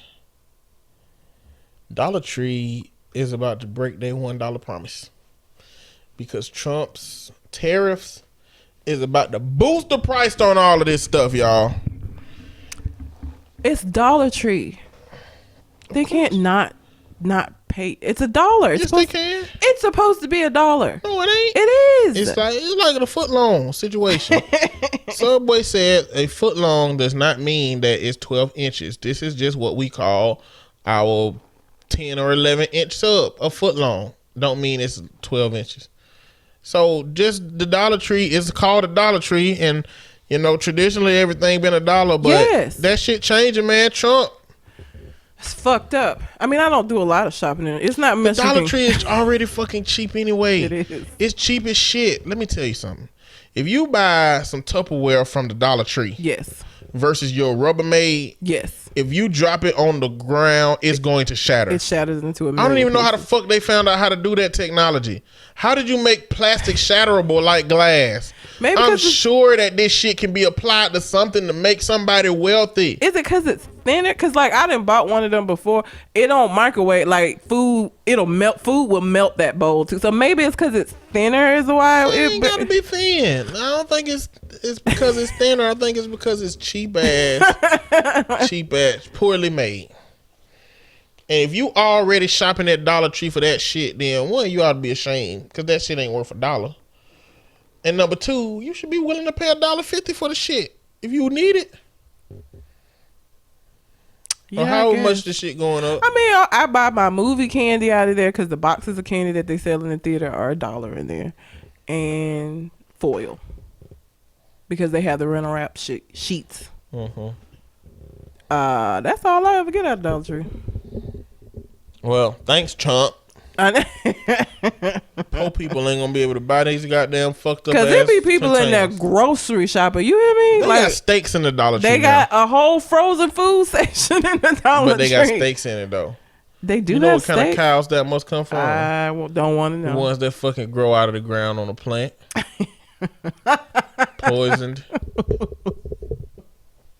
They got plant-based steaks in there. Mm-hmm. The only other thing I had was I don't know if y'all saw about the man who set himself on fire in front of the White House that passed away from his injuries. I just say that to say mental health is real. This boy is on fire. This boy is on fire.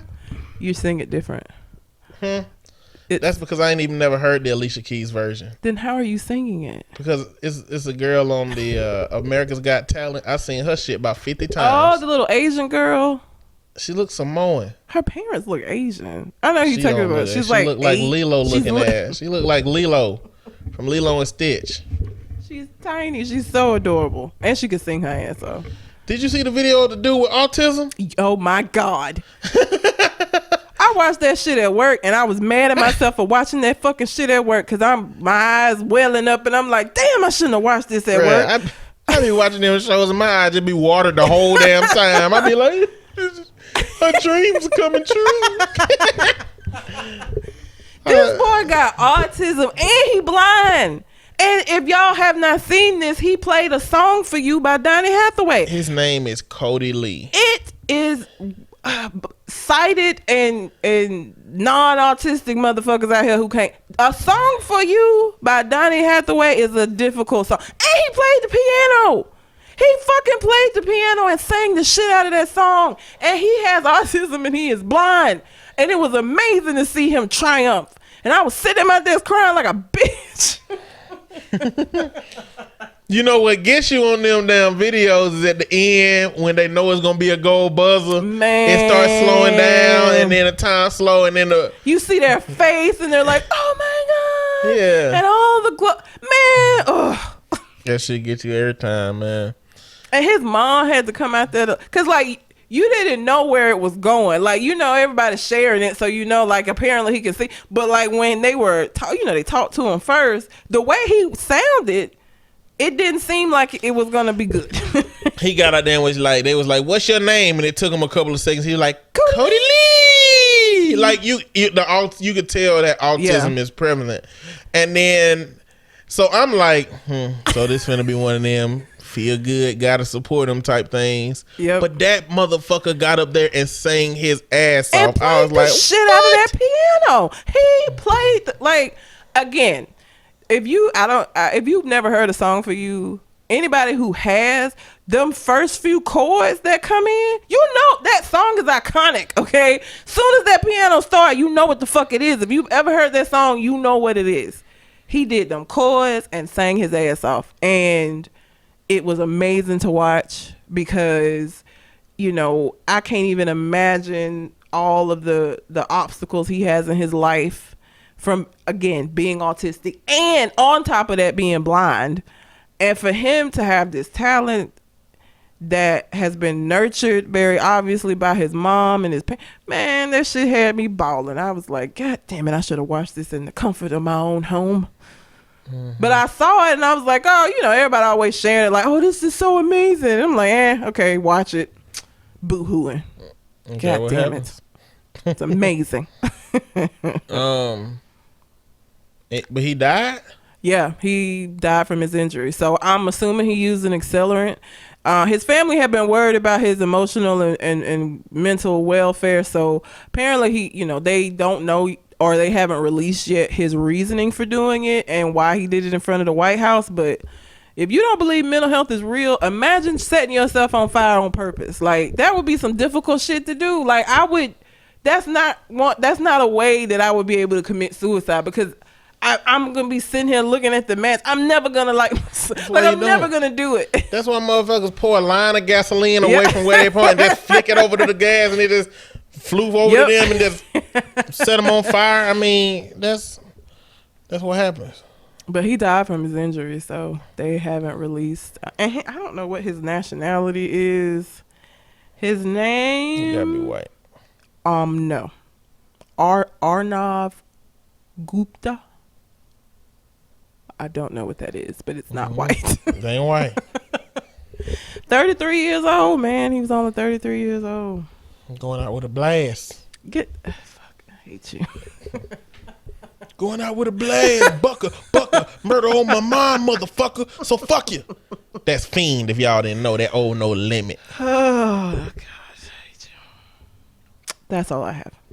That's all you got. Well, I have other stories, but then All right. Let's do the questions. last duty questions. I had some other stuff I was going to talk about. I'm just going to name it. Sears has canceled 90,000 of their employees. Which is fucked up. Or retirees benefits. Fucked up. Frank Lucas died. Rest in USA Frank Lucas died. USA powerlifting bans all trans women from competing as women. Makes sense. Yeah, that's what's bound to happen. R. Kelly has been charged with 11 additional sex crimes in Chicago. Keep that man away from the babies. Yep. U.S. Energy Department rebrands gas exports as molecules of freedom. What the fuck? Twitter is not here for Kylie skin. Kylie has a new skincare line that don't wash your face, which is all the fuck it's supposed to do. You got one job and you couldn't do it. Wash your damn face. Wash your damn face. Damn. Yeah. But they don't wash their legs apparently, so like I'm not surprised that she would make some shit that don't get you clean. Mm-hmm. Kylie Jenner. Kylie Jenner. Let's get into these questions. Let's go. All right. What accomplishment are you most proud of? Well, so originally I was in college. And I am proud. I got my master's. I'm the first of my mom's children to get a master. I'm the only one who's got, they not going. I'm the only one got a master's degree. I don't think my brothers is going to do this shit. So, and that was a difficult time, for me doing that. So that is what I would say, but also, just, the work that I do, I'm very proud of that. Because it's not an easy job. And people suck sometimes. So the differences that I am able to make me feel good. So those two things. I know it said one, but whatever. It's all good. What accomplishment am I most proud of? I know it ain't got nothing to do with me for real, but the kids that I work with, when they end up graduating high school and or going to college, that's a really good feeling for me. I really don't like speaking on my accomplishments because to me it borderline on like cockiness or arrogance or something like that. There's a difference. I know. Okay. I know there's All a difference. But it get too close to being braggadocious.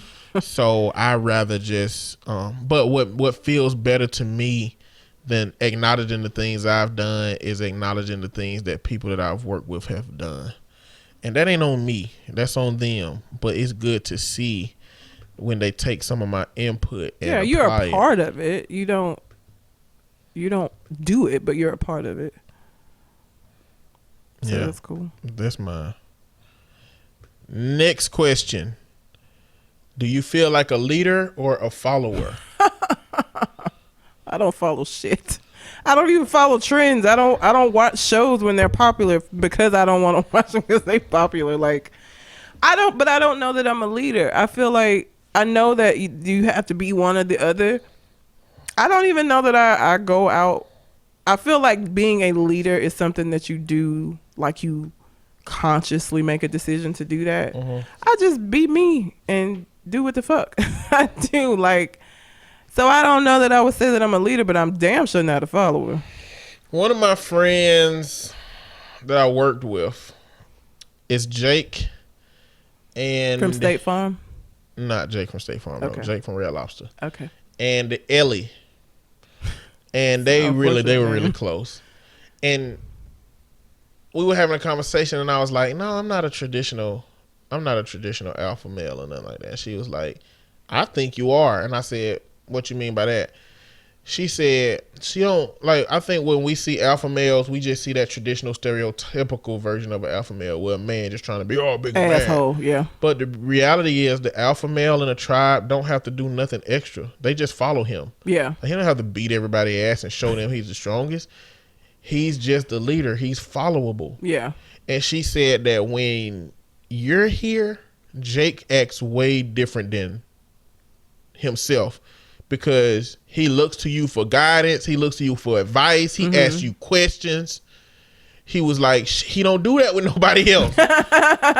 So she was like, I think that you have like this natural ability to have people follow you. I agree with that. And I was like, damn, I ain't never look at that shit like that. But it made sense. It made me start looking at alpha male. So I do think I have the temperament for a leader. But there is a time to lead and to follow.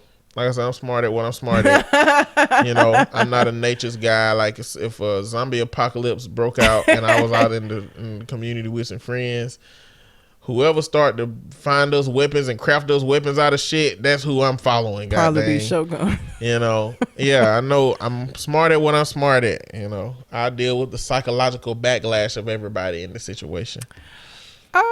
I still don't. I don't know. I think I'm just me. I'm not necessarily a follower, but I feel like leading is a conscious thing, and You don't fuck with the concept of following. No, because it means somebody got to be directing you somewhere, and I don't like. You don't like that.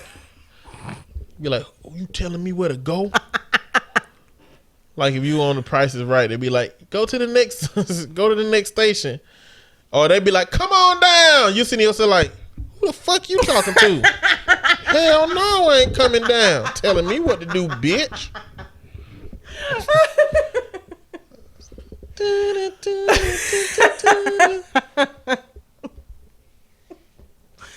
Oh shit, that's funny because it's sad because it's funny, or no, it's funny because it's sad.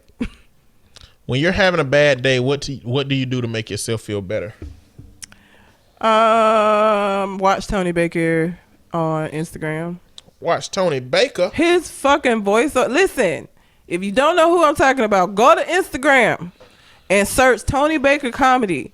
He takes videos of animals and he does voiceovers on them, and they are the funniest fucking thing I've ever seen in my life. Like, I have some saved on my phone, and no shit, if I have a bad day, if I'm currently at work and trying to like not cut somebody out, I will start watching the ones that I have saved. One of my favorite ones is there's a white guy eating his salad and his dog comes up beside him and Tony Baker's doing the voiceover and he's like, hey, let me get in on that salad.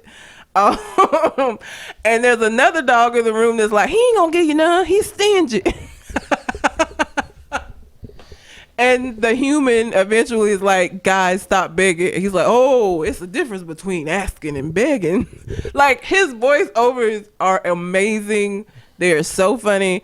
All his alligator voiceovers, he has them singing "What a Fool Believes."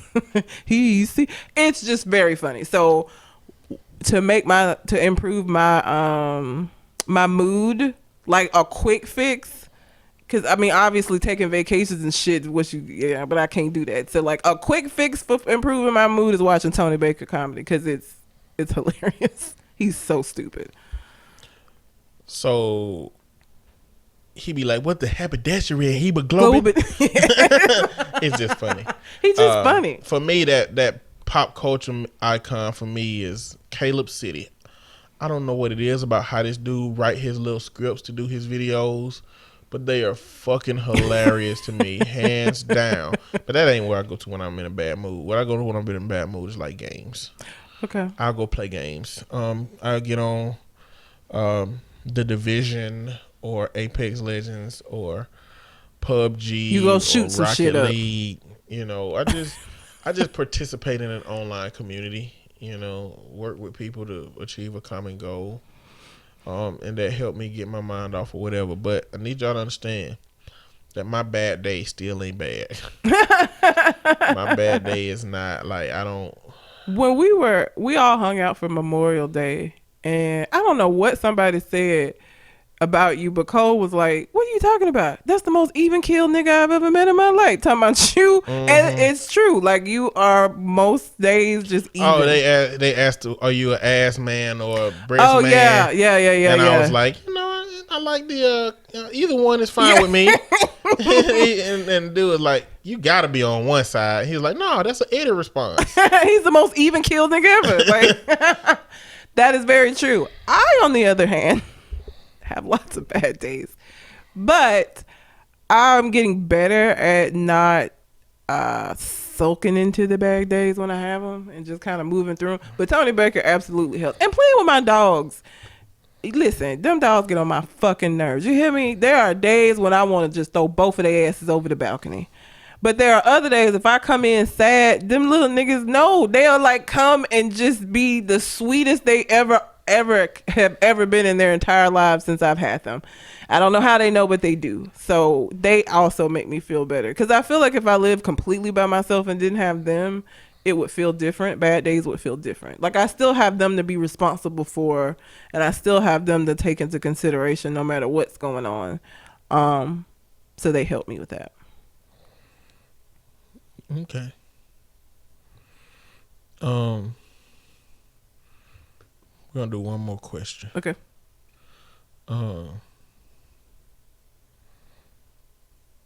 Which would be harder for you to give up, coffee or alcohol? Ooh. This is you. Do you even drink either of those things? I drink. Okay, let me say this. I drink coffee flavored milk because my cup be 75% milk, about 10% coffee, and 5% caramel, sugar, or chocolate. I hate people like you. You ruin coffee is meant to be enjoyed. You just ruin it. I drink probably coffee because I drink coffee every day. Alcohol is kind of one of those things that in social settings or sometimes if I've had like a rough day, I'll have a glass of wine. But I literally drink coffee daily. So probably coffee just because that would change my everyday routine and kicking alcohol wouldn't change my everyday routine. So I would say coffee. But I mean, you don't really drink. I don't drink enough of either one of them. I've never drank alcohol before. And you barely drink. The last time you drank coffee when you in here running around the kitchen? Oh, hell yeah, man. The last time it was during Thanksgiving. I remember that shit. I was cooking a whole bunch of food and I was getting tired. And I was like, you know what? Let me use this new coffee pot. And I was in that bitch, like, I don't know if y'all remember that episode of Fresh Prince where Carlton had took that speed and he was in that little dance they had, just dancing like hell. That was me in my kitchen, boy. I was dancing around a chair in the middle of my kitchen like I ain't give a fuck about nothing. Yeah, you don't I need couldn't to drink stop. coffee. I only drink coffee in the mornings. Like, I'm not somebody, some people drink coffee all throughout the day. I only be wanting coffee all throughout the day. But in the morning to wake me up, and for me to not be a gremlin, I have to have my coffee. Because, like, before coffee, don't say shit to me. Don't talk to me. Why the fuck you looking at me? Don't bother me. Let me drink my coffee and become human.